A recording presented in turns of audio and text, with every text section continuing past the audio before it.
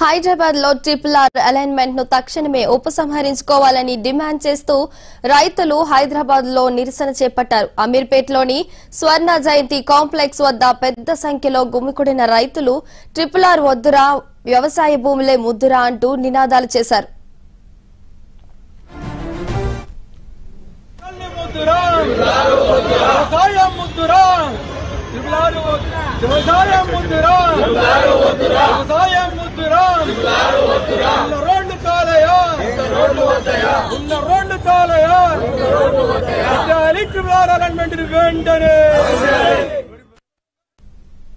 ప్రభుత్వం తన నిర్ణయాన్ని వెంటనే మార్చుకోవాలని డిమాండ్ చేస్తూ హెచ్ఎండిఏ కార్యాలయానికి వెళ్లి తమ అభ్యంతరాలను వ్యక్తం చేశారు.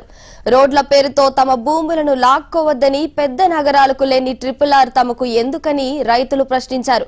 ప్రభుత్వం నిజంగా చిత్తశుద్దితో ఉంటే పూర్తి స్థాయిలో నష్టపరిహారం చెల్లించిన తర్వాతే భూములను తీసుకోవాలని డిమాండ్ చేశారు. తమ సమస్యను పరిష్కరించే వరకు ఆందోళన కొనసాగిస్తామని రైతులు స్పష్టం చేశారు. మా భూముల జోలికి మా భూముల జోలికి మా భూముల జోలికి మా భూముల జోలికి మా భూముల జోలికి ప్రభుత్వం అండి వైఖరి ప్రభుత్వం అండి వైఖరి ప్రభుత్వం అండి వైఖరి మా భూములను మా భూములను మా భూములను రైతుల ఐక్యత రైతుల ఐక్యత రోడ్లు చాలయా రోడ్లు చాలయా రోడ్లు చాలయా వద్దురా అన్న తల్లి ముద్దురా. మేము 2-3 సంవత్సరాల నుంచి కూడా ట్రిపుల్ ఆర్ ఎత్తేయమని చెప్పి పోరాటం చేస్తా ఉన్నాం. అప్పుడున్న ప్రభుత్వం తప్పక చేసింది కనుకనే అప్పుడున్న ప్రభుత్వానికి బుద్ధి చెప్పి ఇప్పుడున్న ప్రభుత్వం కావాలని చెప్పేసి కమిషన్ల కొరకు కకృతిపడి ఎమ్మెల్యేలు, మంత్రులు మొత్తం ఈ ట్రిపుల్ ఆర్ రైతులు ఎక్కడున్నటువంటి ప్రజాప్రతినిధులు పోకుండా ఖాళీ రైతులే తీసుకుంటారు. ఏ విధంగా తీసుకుంటారు? ఒక ఆర్ఐ గానీ, ఒక ఎంఆర్ఓ గానీ, ఒక ఆర్టీఓ గానీ, ఒక కలెక్టర్ గానీ ఏ విధమైనటువంటి సమాధానం చెప్పకుండా ఇష్టానుసారంగా సర్వే నెంబర్లు వేసుకొని చేస్తున్నారు.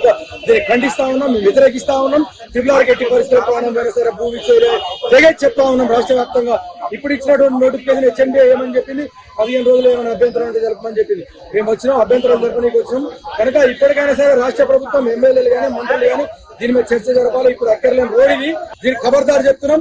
ఇప్పుడు కనుక దీన్ని విరమించుకోకపోతే దేనికైనా రాష్ట్రం అగ్నిగుండం తగలబడుతుందని చెప్పేసి రైతుల తరఫున చెప్తా ఉన్నాం. గతంలో తీసిన 2-3 మ్యాప్లు ఉన్నాయి. ఆ మ్యాప్ల ప్రకారం పోకుండా కేవలం పేద రైతుల భూముల జోలికే పోతున్నట్టు క్లియర్ గా కనపడుతుంది.